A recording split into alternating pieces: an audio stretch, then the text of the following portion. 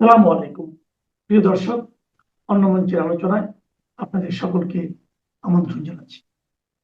আজ আমাদের সঙ্গে অতিথি হিসেবে আছেন।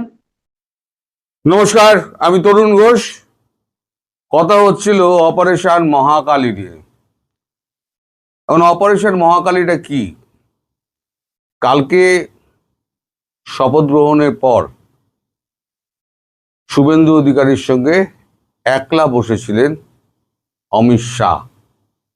প্রায় 40 মিনিট তাদের মধ্যে কথাবার্তা হয়। শাহ মোটামুটি কতগুলো নির্দেশ দিয়ে গেছেন।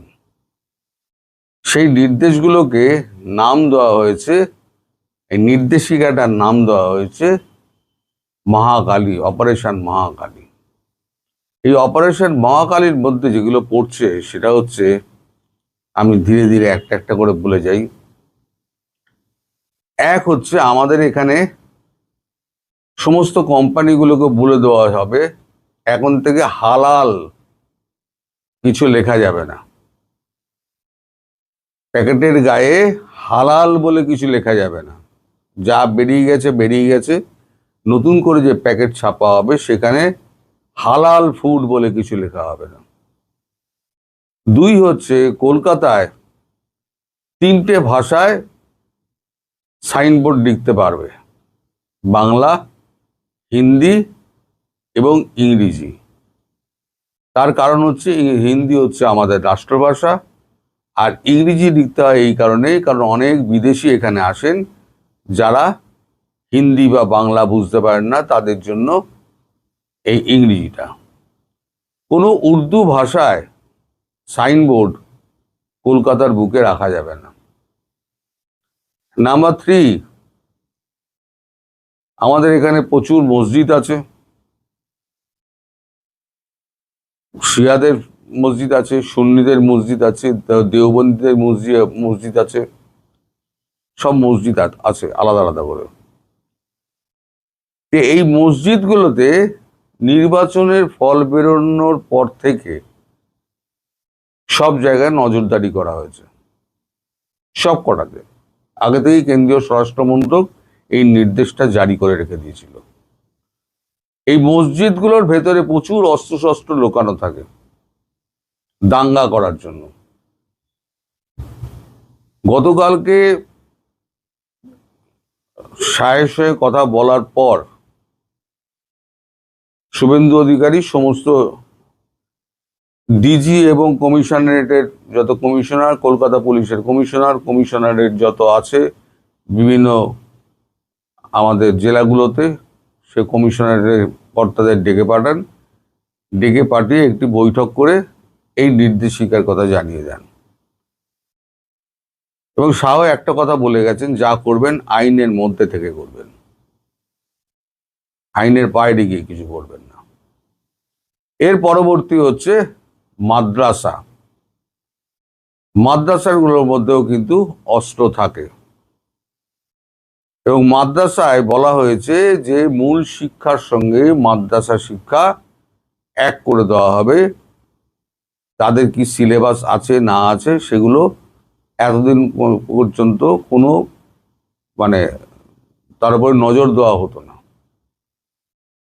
মাদ্রাসার শিক্ষা বোর্ড আলাদা রয়েছে, মাদ্রাসা নিয়ে কোনো সমস্যা নেই, মাদ্রাসায় চলুক তার মতো, কিন্তু মূল শিক্ষার সঙ্গে মাদ্রাসাকে যোগ করতে হবে। আর মূল শিক্ষার যে মান, সেই মান অনুযায়ী মাদ্রাসার শিক্ষককে শিক্ষক হিসেবে নিয়োজিত করতে হবে।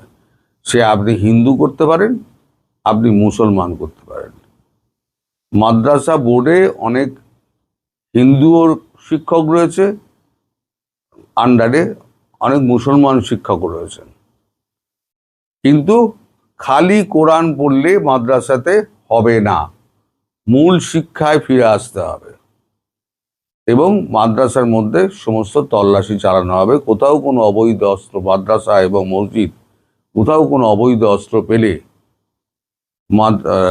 মসজিদের যিনি ইমাম আছেন তিনি প্রথম অ্যারেস্ট হবেন। কারা অস্ত্র রেখেছে তারপরে তাকে জিজ্ঞাসাবাদ করে তাদেরকে বার করা হবে।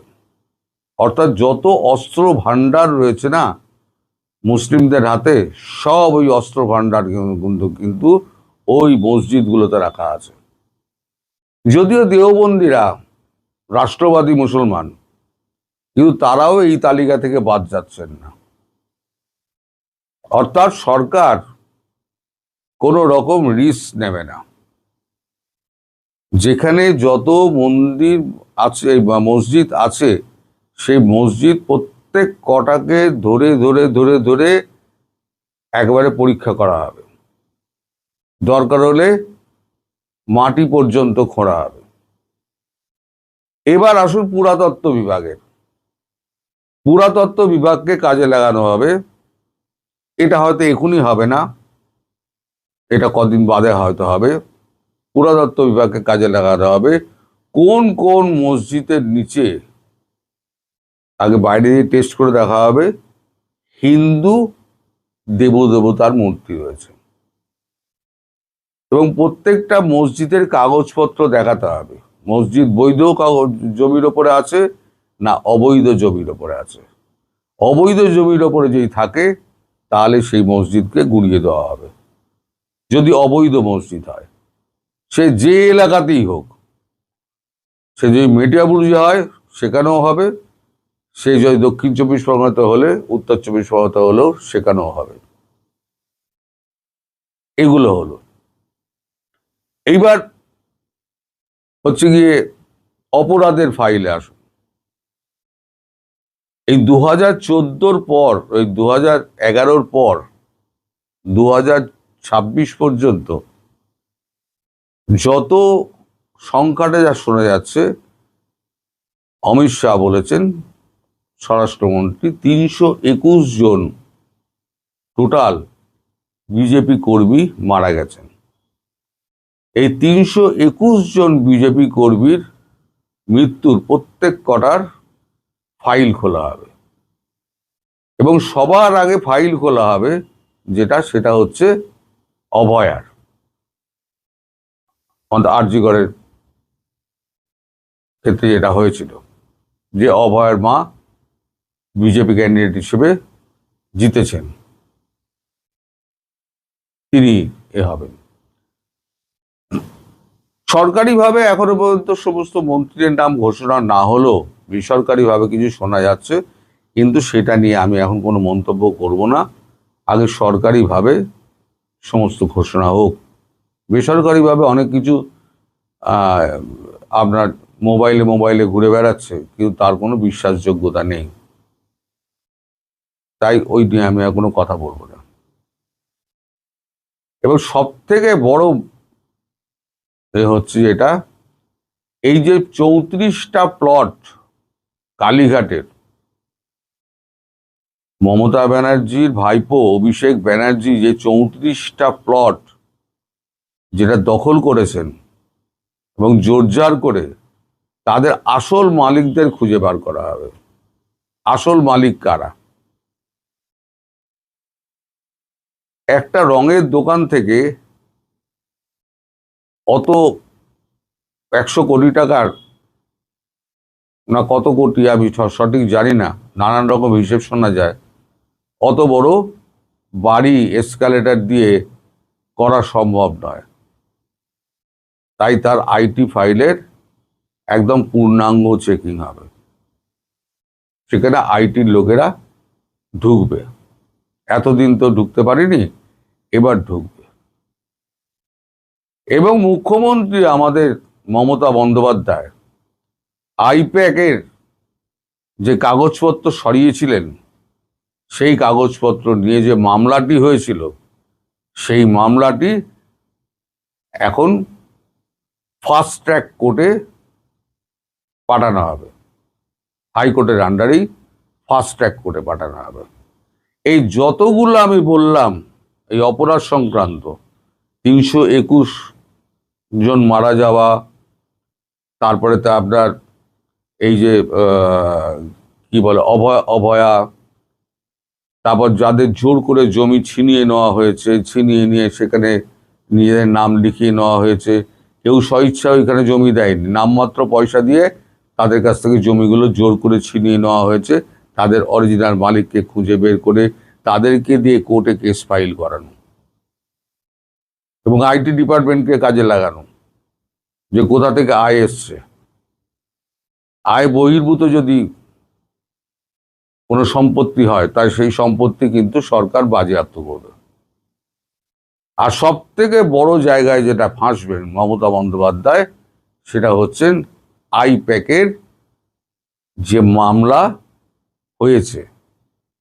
তিনি আইপ্যাকের দপ্তরে যখন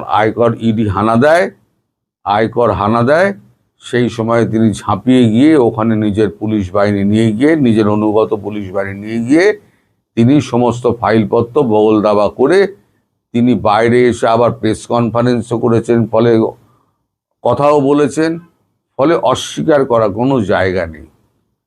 এছাড়া ইডি এবং আইটি তারা পৃথকভাবে মমতা বন্দ্যোপাধ্যায়ের বিরুদ্ধে দুটি মামলা করেছিলেন। সেই মামলা দুটো আপনার যাবে এতে ফাস্ট ট্র্যাক কোর্টে, এবং অভয়ের মামলাও যাবে ফাস্ট ট্র্যাক কোর্টে। সুতরাং একদিকে যেমন অস্ত্র খুঁজে বার করা হচ্ছে দাঙ্গা বন্ধ করার জন্য, কারণ যে কোনো সময় উস্কানি হতে পারে, উস্কানি হলে দাঙ্গা হতে পারে। দাঙ্গা ঠেকানোর জন্য প্রথম হচ্ছে যত মস্তান আছে তাদেরকে অ্যারেস্ট করো আর অস্ত্র উদ্ধার করো। যদি আইনি অস্ত্র থাকে, লাইসেন্স প্রাপ্ত অস্ত্র থাকে, তাহলে কোনো সমস্যা নেই। কিন্তু বেআইনি অস্ত্র, সে তরোয়াল থেকে আরম্ভ করে চাকু অবধি যা পাওয়া যাবে সব কিন্তু বাজেয়াপ্ত হবে। এবং মসজিদের যিনি ইমাম তাকে সদুত্তর দিতে হবে, না দিতে পারলে তিনি কিন্তু হাজতবাস করবেন। আপাতত এইটা ঠিক হয়েছে এবং এই কাজটা কিন্তু 15 দিনের মধ্যে করতে হবে, এটা একদম সময় বেঁধে দেওয়া হয়েছে।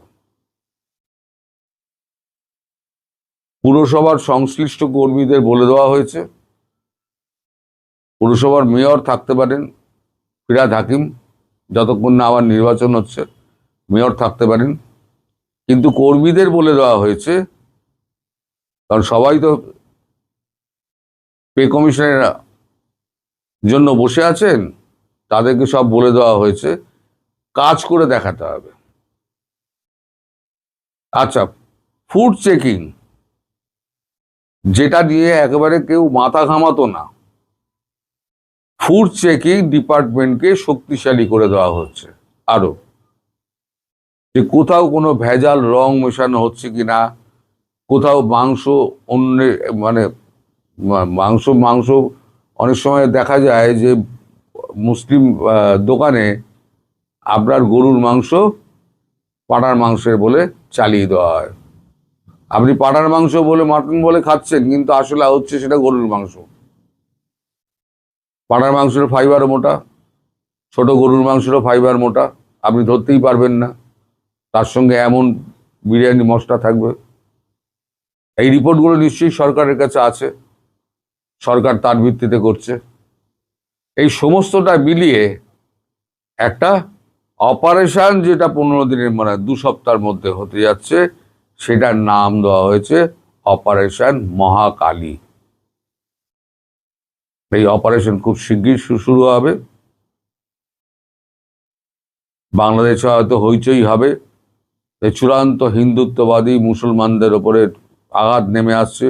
মুসলমানের ধর্ম পালন করুন না, মসজিদের মধ্যে অস্ত্র রাখার দরকারটা কিসের? সে প্রশ্নের জবাব দিতে পারবেন? বাংলাদেশে যারা মুসলিম, যারা সমালোচনায় মুখর হবেন, তারা আগে এই কথাটার উত্তর আগে দেবেন। সে মসজিদ কি অস্ত্র ভান্ডার রাখার? ওখানে যান ভগবানের নাম করতে, অস্ত্র কিসের জন্য লাগে? এ সমস্ত বাজে মন্তব্য বাংলাদেশ থেকে না করাই ভালো। যত বাজে মন্তব্য করবেন তত সময় আমাদের সঙ্গে সম্পর্ক আরো খারাপ হবে। সুতরাং সাধু সাবধান। আপনারা দেখতে থাকুন আগামী দিনে কি কি হয়। সবাই ভালো থাকবেন, সুস্থ থাকবেন এবং সাবধানে থাকবেন। নমস্কার।